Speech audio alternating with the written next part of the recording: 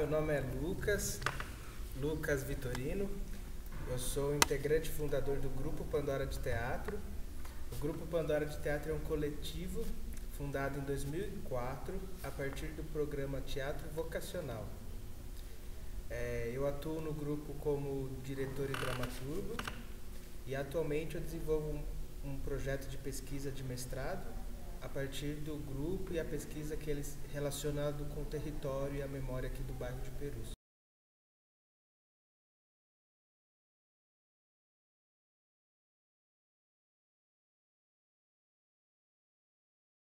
O Grupo Pandora ele nasce a partir de um encontro de jovens, encontro de jovens moradores aqui do bairro de Perus, num curso de teatro, que aconteceu aqui no Céu Perus no ano de 2004. Então esses jovens se encontraram, que era chamado Projeto Teatro Vocacional.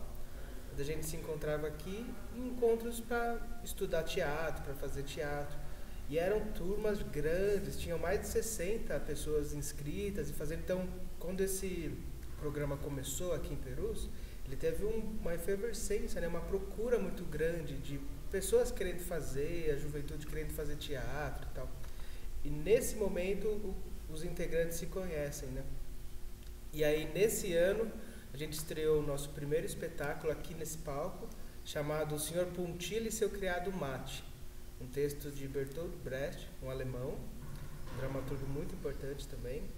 E a partir daí a gente continuou querendo fazer teatro, E aí o grupo se juntou e a partir daí foi seguindo sua trajetória, de 2004 até agora. Então é um grupo que ainda atua aqui no território, com seus trabalhos, e por ter nascido aqui em Perus, vamos dizer assim, o grupo, e por ser composto na maioria de moradores do bairro de Perus, o grupo tem uma relação muito forte com as histórias do bairro, com a vivência aqui nesse território.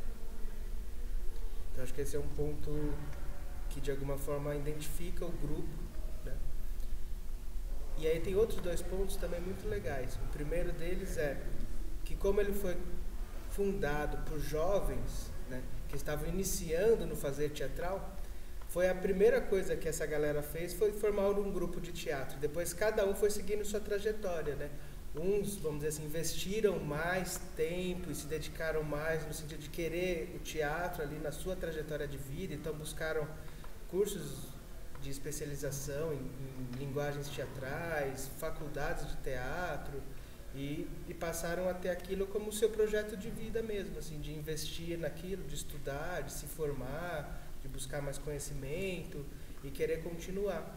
O engraçado é que fazer um grupo foi o primeiro passo e normalmente o caminho é diferente. Você estuda, se forma e depois você forma um grupo, No nosso caso, a gente formou primeiro o grupo, então primeiro aprendeu a lidar com o coletivo, a trabalhar coletivamente e aí sim depois cada um foi seguindo sua trajetória, e estudando e buscando se profissionalizar, nesse ramo.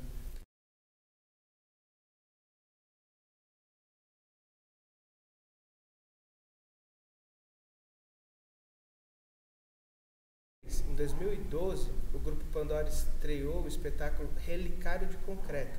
Esse espetáculo ele foi muito significativo para o grupo. Foi uma pesquisa que teve o apoio da Lei de Fomento ao Teatro, que é uma lei muito importante para o teatro de grupo na cidade. E a gente investigou e pesquisou a história da fábrica de cimento Portão de Perus, principalmente a história da greve, conhecida como a greve dos queixadas, que é uma greve que durou de cerca de 62 a 69.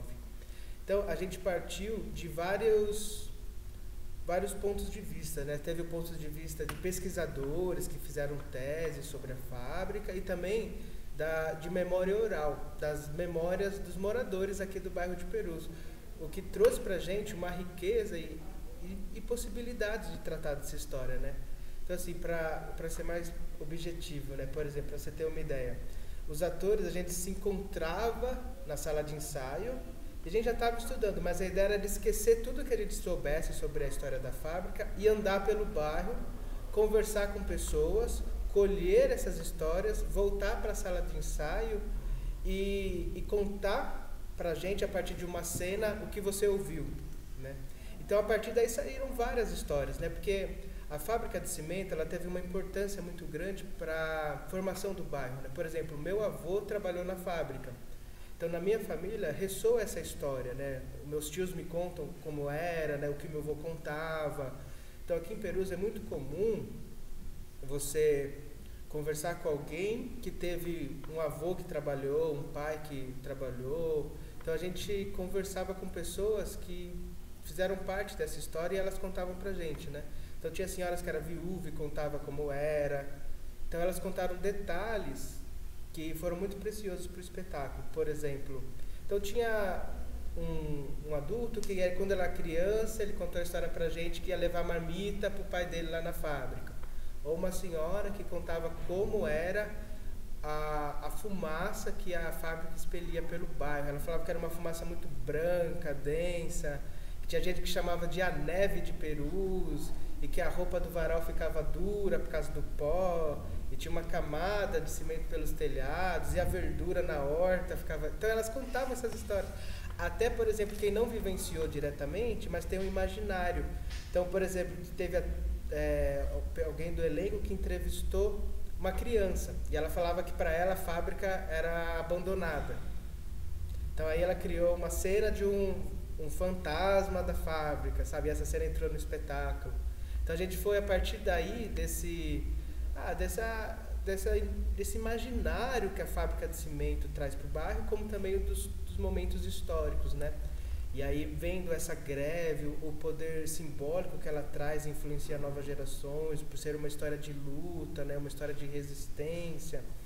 Os queixadas, eles reverberam até hoje, né? Na história do bairro, né? Como um símbolo de luta, de resistência, pautado pela não violência. Então, é um movimento muito forte, né? E a gente vê hoje a fábrica um lugar abandonado, onde sofre a degradação do tempo, né? Que poderia ser algo com uma função social mais significativa para o bairro, né? Como existem propostas de transformar lá num museu do trabalhador ou numa universidade livre. Então, são propostas bem interessantes que não avançam, né? Enquanto isso, né, o tempo vai fazendo o seu papel, né? Que é transformar, já é uma ruína. A ideia é ir tornando cada vez mais difícil a transformação, né? E vai sofrendo, né? O tempo vai desconstruindo tudo que tem lá. E aí o que fica, né? O que fica é esse poder imaterial, né?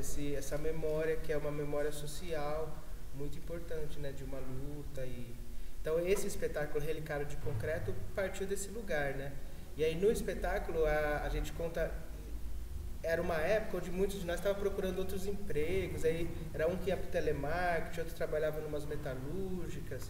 Então a gente quis trazer também esse universo do trabalho para o espetáculo. Então a história era basicamente assim, uma sinopse, né, resumindo. Era um jovem que começa a buscar emprego e consegue um emprego na fábrica de cimento, abandonada e ao mesmo tempo presente, né, ao mesmo tempo funcionando. E aí ele se envolve numa greve, e aí ele tem que decidir se vai furar a greve, se vai agregar força nessa greve, participando, né? E aí ele conhece os queixadas, e assim a história se desenvolve, né?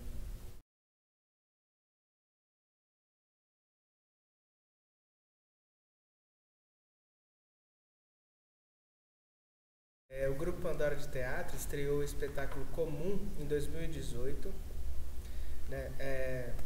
Comparando um pouco com o Relicário de Concreto, comparando um pouco com o processo de criação do Relicário de Concreto, que partiu da memória oral, o espetáculo Comum, por se tratar de um tema, vamos dizer assim, uma memória mais soterrada, né, mais uma busca de ser apagada, que é as reminiscências da ditadura militar e a história da descoberta da vala clandestina, que foi descoberta no cemitério Dom Bosco em 1990, vamos dizer, a memória oral, ela já não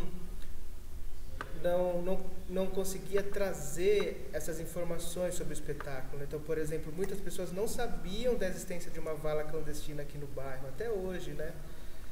E por se tratar de uma memória da ditadura militar, também era um assunto mais complicado de você adentrar, assim, né? Por exemplo, quando a gente ia falar da greve ou da fábrica, é muito comum alguém começar a falar e já te chamar para tomar um café e continuar contando histórias, né? Agora, essa outra já era uma história mais difícil do acesso, né? Ela é uma história mais, vamos dizer, escondida, né? Tem toda uma força que busca o apagamento dessas histórias e memórias, né? Desse período. Então, o acesso foi diferente. Então, a gente buscou tratar essa pesquisa focando em algumas pessoas que vivenciaram essa história. Então, por exemplo, a gente conversou com o senhor Toninho Eustáquio, que ele era administrador do cemitério na época da descoberta da vala, né? Então, ele contou pra gente como foi, como eram os familiares, né, que iam lá querer saber informações. E a gente foi buscando pontos que atravessavam essa pesquisa, né? A gente foi visitar o CAAF, que é o Centro de Pesquisa Forense, que é onde acontece o processo de identificação dessas ossadas. E aí a gente criou, nesse espetáculo comum, uma história ficcional, né? Permeada, vamos dizer, por elementos do que no teatro a gente chama de documental, né? De teatro documental, onde a gente colocava fatos históricos no meio dessa narrativa ficcional. Então a gente criou 3 histórias que elas se interligavam nesse espetáculo. Então a gente tinha a história de 2 coveiros, que eles trabalhavam no cemitério de Perus e eles foram encarregados de fazer um serviço muito diferente, que era criar uma vala enorme. E aí a gente conhece um pouco desse universo deles, a amizade entre eles.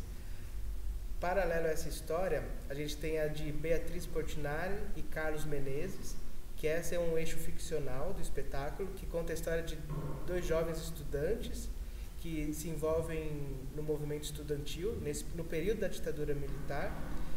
E como são 3 histórias de tempos diferentes, interligadas, mas cada um numa década diferente, a gente tem uma linha do espetáculo que é de um jovem que está em busca de saber informações sobre seus pais que foram desaparecidos. Então essas 3 linhas, dos coveiros, dos estudantes e desse jovem em busca de reconstituir a história dos seus pais, elas se entrelaçam nesse espetáculo, que ele tem toda uma estética épica de alterações do tempo, das cenas, os fragmentos, né, informações documentais que entram e atravessam o espetáculo. Então a gente vai, a partir daí, conhecendo mais também o que foi o período da ditadura e a importância que foi a descoberta dessa vala. É importante ressaltar que nessa vala foram identificados 5 desaparecidos políticos da época da ditadura.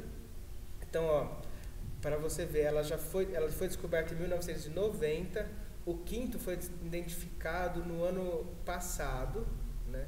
Então é um processo muito difícil e dificultado também, né, de se identificar esses restos mortais, né? Mas já foram identificados 5 e presume-se que pode ter mais ainda, né? Ligando dados, né, dos familiares, tal, das transferências, eles conseguem presumir ainda que possa ter mais, né? Presume-se que pode ter até 30 desaparecidos políticos entre essas ossadas, né? Porque as ossadas, elas é um processo muito complicado pela manutenção, né, pelo estado que elas ficaram também, vamos dizer, guardadas ou escondidas, né, nessa vala, e juntaram várias outras, né? Foram encontradas mais de 1000 ossadas, né? Que juntou várias origens, né? Dentre elas os desaparecidos políticos, né? Que ainda escondido ali naquele meio. Então é um processo de identificação, de pesquisa muito, muito longo, né? Muito complexo também. E o espetáculo estreou em 2018 na Ocupação Artística Canhoba, né? O espetáculo estreou em 2018 na Ocupação Artística Canhoba e a gente apresentou até o início da pandemia. A gente tinha um festival e foi cancelado por conta, né, do isolamento social. Mas é um espetáculo que a gente apresentou muito e tem uma procura muito grande. principalmente do pessoal da educação, né, os professores. Tem muito professor de história que leva os alunos, a gente troca a maior ideia com os alunos depois, que é um fato muito importante, porque a gente viu que as memórias que tem aqui em Perus, né, os fatos que aconteceram, eles têm uma importância por bairro, mas também eles têm uma potência nacional, né? Você está falando da ditadura, você está falando de uma greve que é considerada a maior greve registrada no país, né? Quando a gente fala da greve dos queixados. Então são pontos que, vamos dizer, eles transbordam a dimensão territorial, assim, eles significam no contexto nacional também, né? A gente foi vendo essa potência. E com ela, a dimensão que tem no teatro, você trabalhar com fatos do nosso território, que ela é, no sentido assim, para o espectador, né? Você não vai ver só uma peça, você vai ver uma peça que essa peça, ela se relaciona com a história do seu território, com a história da sua família, com a história do lugar onde você vive. Então isso traz uma outra relação entre a sociedade e o espetáculo, né? E o teatro. Né? O espectador, ele tem uma outra dimensão, né, do que ele está assistindo ali, né? Então era um elo muito forte entre o público e o espetáculo teatral, né? Quando a gente apresenta esses espetáculos. O Relicário de Concreto, então, era incrível, de senhores falar que ali, procurar a gente no final da peça e agradecer por contar essa história, que é a história do pai dele, que é a história, né, que ele tem uma relação muito forte.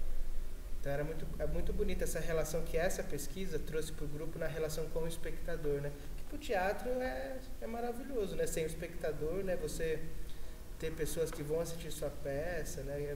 É muito gratificante também, né? Então a gente investiu muito nisso, né? A gente viu que era um lugar que nos interessava e que tinha uma importância para a nossa comunidade, né?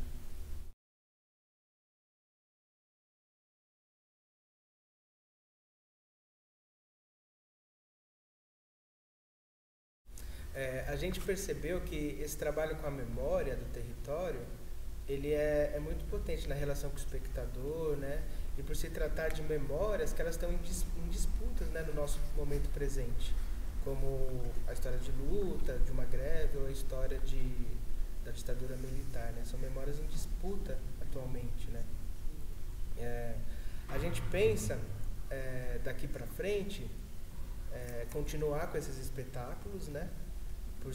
Pensando assim que quando a gente monta uma peça, é legal a gente aproveitar, apresentar para o maior número de público, circular, e conforme a gente vai apresentando, a gente sempre descobre uma coisa nova no espetáculo, e então a gente pensa em ter esses espetáculos no repertório, e tem uma pesquisa que a gente quer se debruçar daqui para frente, né? Seria a partir do ano que vem, que é sobre, dessa vez, uma memória bem presente, né? Que é a memória do que foi a pandemia na periferia.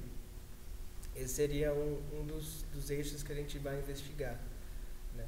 E aí, pensando também, a gente não sabe ainda qual vai ser o formato desse espetáculo, como vai ser, a gente vai fazer ele, mas a gente não sabe qual vai ser o caminho. A gente vai começar um processo colaborativo mesmo, a gente vai testar ideias, vai pensar em formatos, a gente não sabe como vai ser o ano que vem, se a gente vai investigar a questão audiovisual por conta do isolamento, se já vai ter o presencial, mas com as suas restrições. Então a gente não sabe se ele vai ser digital, se ele vai ser em espaços abertos, se vai ser um teatro de rua, não sabemos como.